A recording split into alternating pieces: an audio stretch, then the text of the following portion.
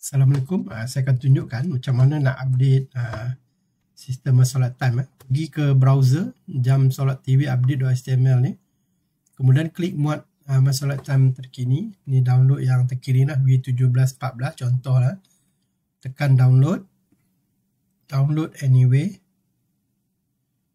Semua solat time tadi kita dah close semua, siap sekali. Kita buka sini dan kita akan download yang baru lah.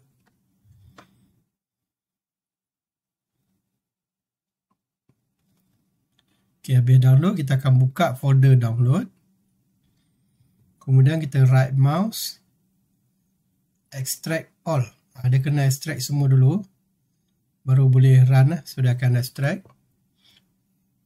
So yang folder lain tu kita dah boleh close lah, yang lain. Okay, browser pun semua kita dah boleh close. So tinggal extract all saja. Okay, dah habis extract, run batch file ni . Okay, run batch file, dia kata run, okay, run. Press any key, tekan enter dekat keyboard. So dia akan backup sistem yang lama.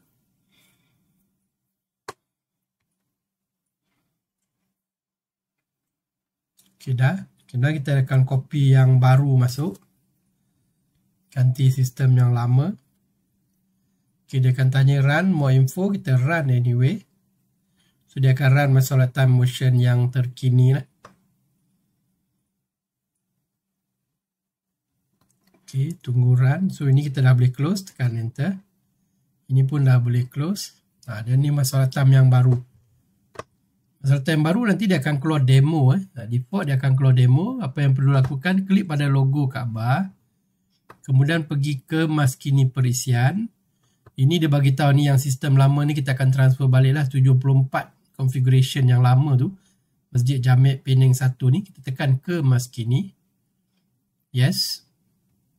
Dia akan merge dengan yang baru. Okay, kita akan ke depan pula.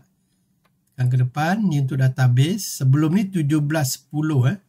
So kita boleh ambil 17.1x ni ataupun 16 pun boleh, dia akan transfer data. Kita ambil sebab dia 10, 17.1, dia akan copy yang barulah ke maskini. So dia akan copy database lama tu, dia masuk ke dalam yang baru. Last kali dia akan copy semua file yang lama masuk ke dalam version yang baru . Okay, sini dah habis. So kalau kita tutup, demo ni dia akan hilang . Okay, logo semua dia akan balik kepada yang asal. Ni setup yang asal. Kita test balik live TV. So live TV ni dia ada license dia. So kalau kita play live TV untuk mimbar, so dia berjalan macam biasalah. Ni kalau untuk solat, ni dia ada dua kamera IP yang berbeza. So kita, maknanya live TV pun tak ada masalah. Okay, so kita boleh semak balik setting-setting yang lain lah. Tengok dalam timer dia macam mana. Basically dia dah transfer semua. Okay, tengok dia antara muka. Kalau versi yang terlalu lama, versi 10, 11, 12, 13, 14 tu, dekat antara muka ni, kalau boleh memang kena delete yang semua, masukkan yang baru. Sebab yang versi lama tu dia memang lain, dia punya setup dengan configuration dia. Okay, so ini yang baru, sebab kita dah ada yang 10 atas tu, yang 99 ni kita akan delete lah. Yang kita dah ada sini. So dekat skrin penuh pun sama rasanya, skrin penuh.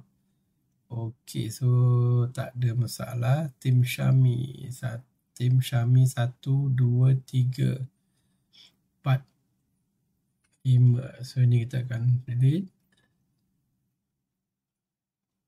Okey, so yang lain semua dah okey lah. Ni kita kena semak waktu solat.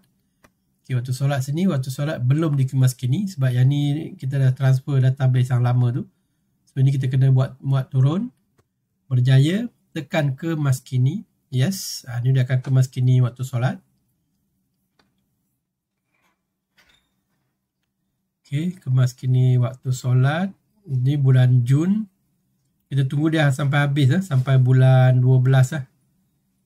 Ogos, September, Oktober, November, Disember. Okay, tamat. So kalau nak semak, klik pada papar. Kemudian tukar tahun 2026. So sini kita akan nampaklah jumlah rekod 365. Sudah tak ada masalah. Okay, takwim. takwim tahun telah dikemas kini. So memang tak ada masalah lah. So kalau belum kemas kini, muat turun kemas kini je. So mudah. Yang ni kita ni pun telah dikemas kini. So siap untuk solat tahunan dah siap. Software update pun dah siap. Kalau kita tengok sini V17.14 lah. Bila dah habis semua, kita akan run balik full screen. Ni sebab saya buat daripada remote desktop, saya boleh exit lah daripada remote desktop. Okay, sekian, terima kasih.